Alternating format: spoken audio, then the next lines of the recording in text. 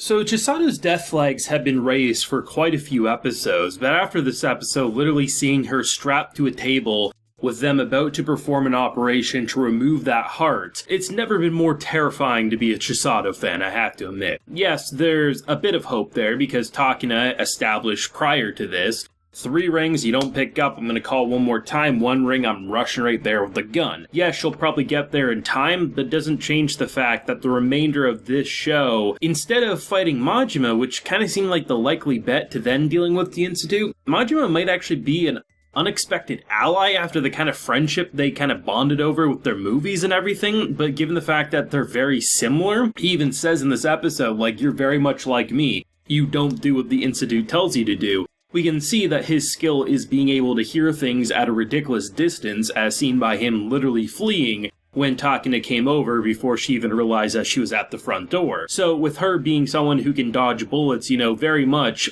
what this man says at the start of the episode, it doesn't matter if you're a good cook. What we say your skill is used for, that's what you do. So in this case, this woman who is disguised as a nurse, her job is assassination / maybe just getting the dirty work done. And the fact that someone like Chisato, who was given that second chance because she has such an amazing skill, the fact that she didn't use that skill for the exact assassinations and what they wanted her to, and she was casually kind of enjoying her life, they're now disposing of her. It's pretty frightening, because here's the thing, even if there isn't like a button that they push to stop that heart, it feels like they're not going to stop until they get the heart. And I'm not sure how you go about what we've experienced up to this point, even if you save her from that table. Because here's the thing, with the funds that the cafe gets, right, the connections that they have, they're literally going to be essentially marked for death if they continue to harbor someone that they don't agree with anymore. And the fact that she wants to do her casual day-to-day activities and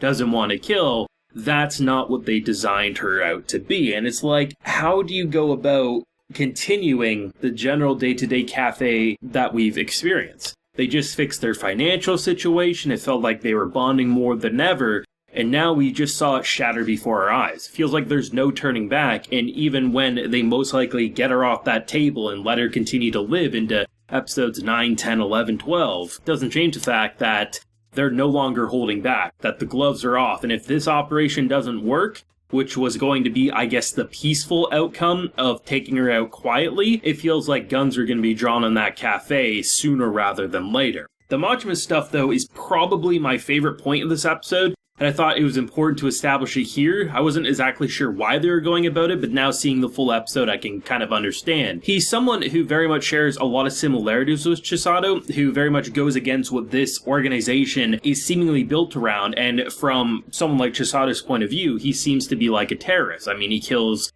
the people that she used to work for or are part of the same organization. But the fact of the matter is, I'm starting to wonder if the so-called terrorists that are going about, killing these girls and trying to tear down this organization, if maybe there might be a little more to what Majima is saying than I thought I initially was seeing. Because I thought he was going to be like that great villain who was an asshole, but I love to see him on screen and can't wait to see his death when it happens. Now I'm to the point of, I actually think he could be the key to potentially even keeping Chisato alive, if not destroying this organization and tearing it down root to limb. And I mean, I was wondering for the last couple of episodes how they might wrap this show up. Would it just be like they conclude the main story between these girls and things go back to the way they were in this world? But now seeing where we're going, it almost feels like we're about to destroy this organization. Otherwise, how does it ever go back to a seemingly normal lifestyle? Seems next to impossible. I mean, I wasn't quite expecting her trip to the doctors to really turn out like that. I thought what was going to happen was she was going to get jumped and it would be a gunfight, right? Because that's kind of what you expect. Nope, just simply what looked to be like taking blood, doing your tests. And I mean, for a girl who's literally been terrified about going to the doctor, if she gets out of this one, there's no way in hell you will ever get her to sit down with a doctor ever again. Because the one time she finally did, after being reluctant and kind of dragged along, she got knocked out and almost had her heart ripped out. This show is wild because when you look at the episode as a whole, it was a pretty comfy episode. You're getting to see Takina kind of stand up in a leadership role, fix the finances, no longer let them waste money, but most importantly, establish that someone like Chisato is wasting a lot of money. She uses a lot of expensive bullets. originally what I thought was going to happen was they were kind of establishing that Chisato needs to control herself a bit more, be a little more conservative with how much things that she does cost. So I thought what was going to happen is she would try not to use as many bullets, given the fact that she already got her ass handed to her by Majima for not literally using real bullets, and had she done that, he would have died. She would have lived without needing Takena's help. I thought they were trying to establish like she was going to be more like controlled and hold herself back more, and then a fight with Majima would show that like, holy shit, like that's a death flag and a half right there. Instead, they almost used that as a bait and switch to say, hey, we're trying to make you really say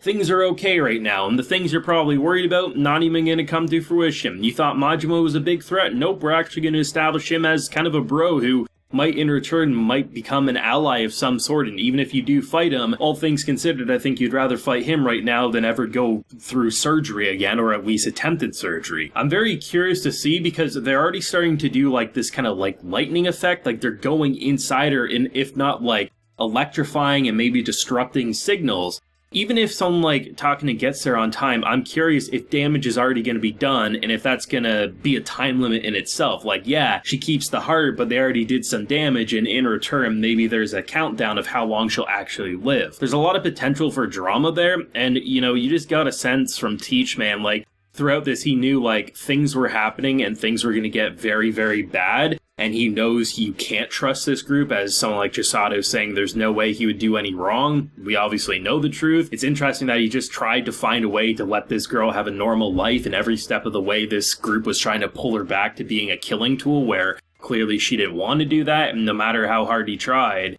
there was no way to save her life, it seems. I'm curious to see what's going to happen next, because with only a third of the anime left to go, it feels like there's still so much left to explore, but given how quickly things escalated in this episode, I'm starting to think that one season could be more than enough to tell the main story that they're attempting to, and if they truly do tear this group down, I mean, it's possible we may not need a season 2. I did talk about how there's a lot of potential with other side characters, but even in an episode like this, it kind of felt like they kind of broke out of their shell a bit more. So I'm wondering if, you know, at this point, even if I would need a season 2 or desire one, because based on how they're building up, it kind of feels like a one and done season would be perfect. But I'm not going to complain if they find a way to make a season 2, given I think Recoil is one of the best anime of this season. Between the big death moment that's being built up, that yes, they'll probably save her in this moment, and, you know, there'll probably be one or two more of these types of moments before the show wraps up. Even if she gets out of this alive, it's not to say, like, there hasn't been a threat of death, because there truly has. But I think the thing that gets me the most is the Majima bait and switch, in terms of what we thought he was going to represent, but clearly after this episode, I think has potential to be an ally more than I was originally expecting, and I think it would be amazing if, honestly, Chisato, Takena, and Majima kind of teamed up to take down this group, all things considered. Someone that they were working for now needs to be teared down, because they clearly